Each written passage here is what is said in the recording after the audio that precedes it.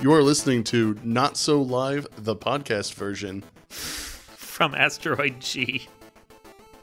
I am your co-host, Josh Schaefer. With you, as always, is Mike Finkelstein. You know, it's not the intro you read that made me laugh so bad. It was just the face you had on it the whole time. Yeah, I know. But I wanted to let you have the intro for this podcast because it's Metroid that we're going to be talking about today. And you are like the biggest Metroid fan that I know, even more than Mega Man. Yeah, Metroid is my favorite game.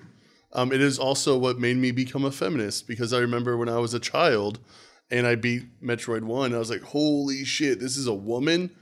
And it changed my life for the better, I think. Women can be strong. Yeah, it was the first time it was weird having that thought as a child, but I've very... Maybe that's why I like playing as ladies in the games that I play, because I find that was like her and then Princess and Mario 2. Yeah. Yeah, and I was like, I love playing as Princess. She was awesome. Her little floaty hops and all that, those were great. So much better. Yeah. I know everyone loves Luigi in the speedrunning community, but I'm a scrub. And I suck with Luigi. I do Peach, too. Yeah, Peach is the best. If you're a scrub, you play as Peach. I am a scrub. Yep. I love video games, but I'm terrible at them. Oh, God. I suck so bad at them. I want to be really good. I'm not. No. And I feel bad that we're going to be talking about Metroid because, like, I don't think I've beaten any of the games. Yeah, Metroid is one of the few games where I would say, unless you are a super genius, which I am not, you absolutely need some sort of a walkthrough. Yeah. Absolutely. And even with a walkthrough, I'm still dying. It's still tough. Yeah, because the first game is... I don't want to call it punishingly mean.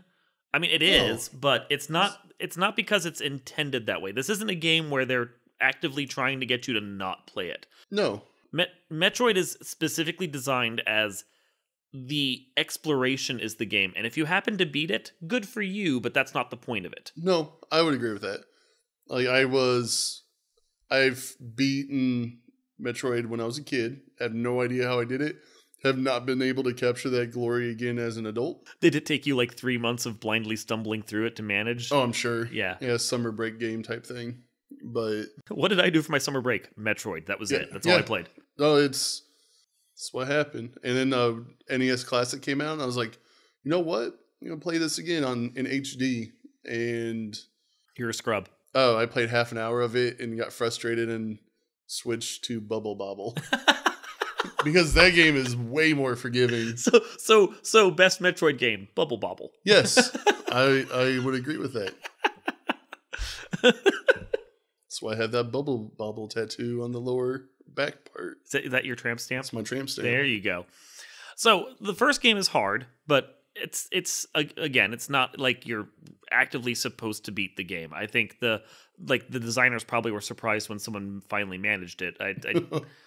Just because there's stuff in there that is good and it's interesting, and you can play through it a second time as like a half naked Samus if you so want to, because there's the code that lets you do it.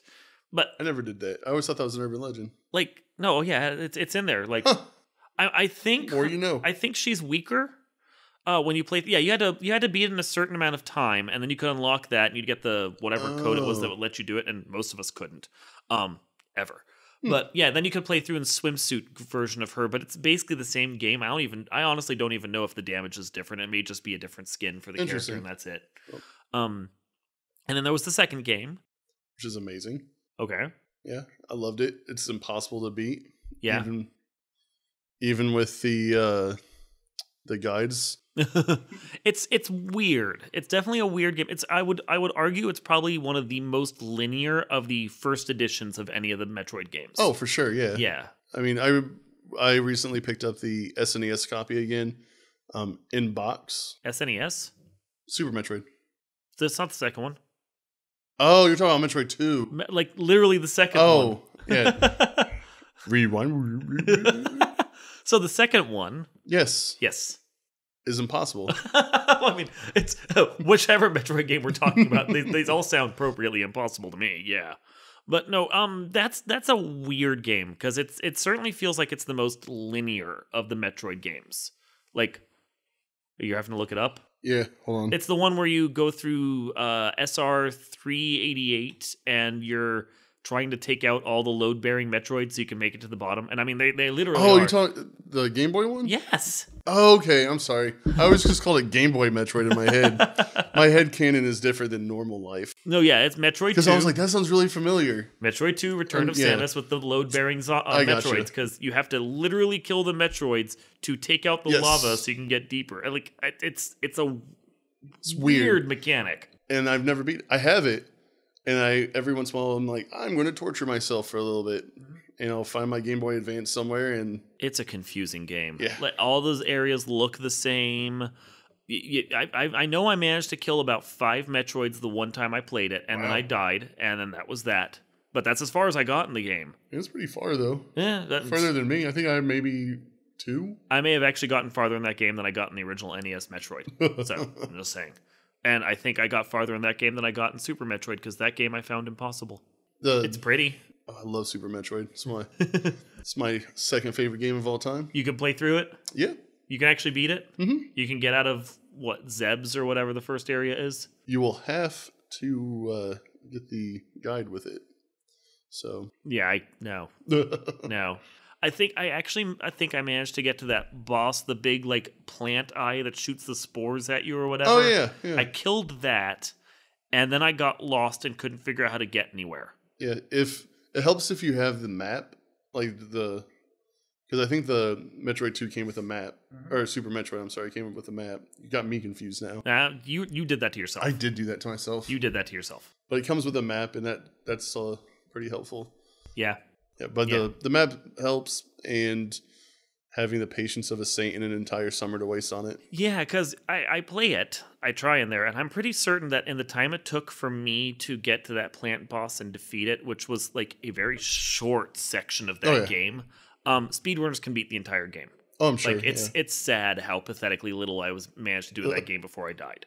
Yeah, and I like they re-released it on 3DS. Mm-hmm. And I thought it was a pretty decent port of the game on Samus Returns. No, we're talking about the Super Metroid. Oh my god! How are you confused? Do we need to go back and start this whole conversation over? I think so. Oh my god! My brain's broken. You know what? I'm killing this podcast right now.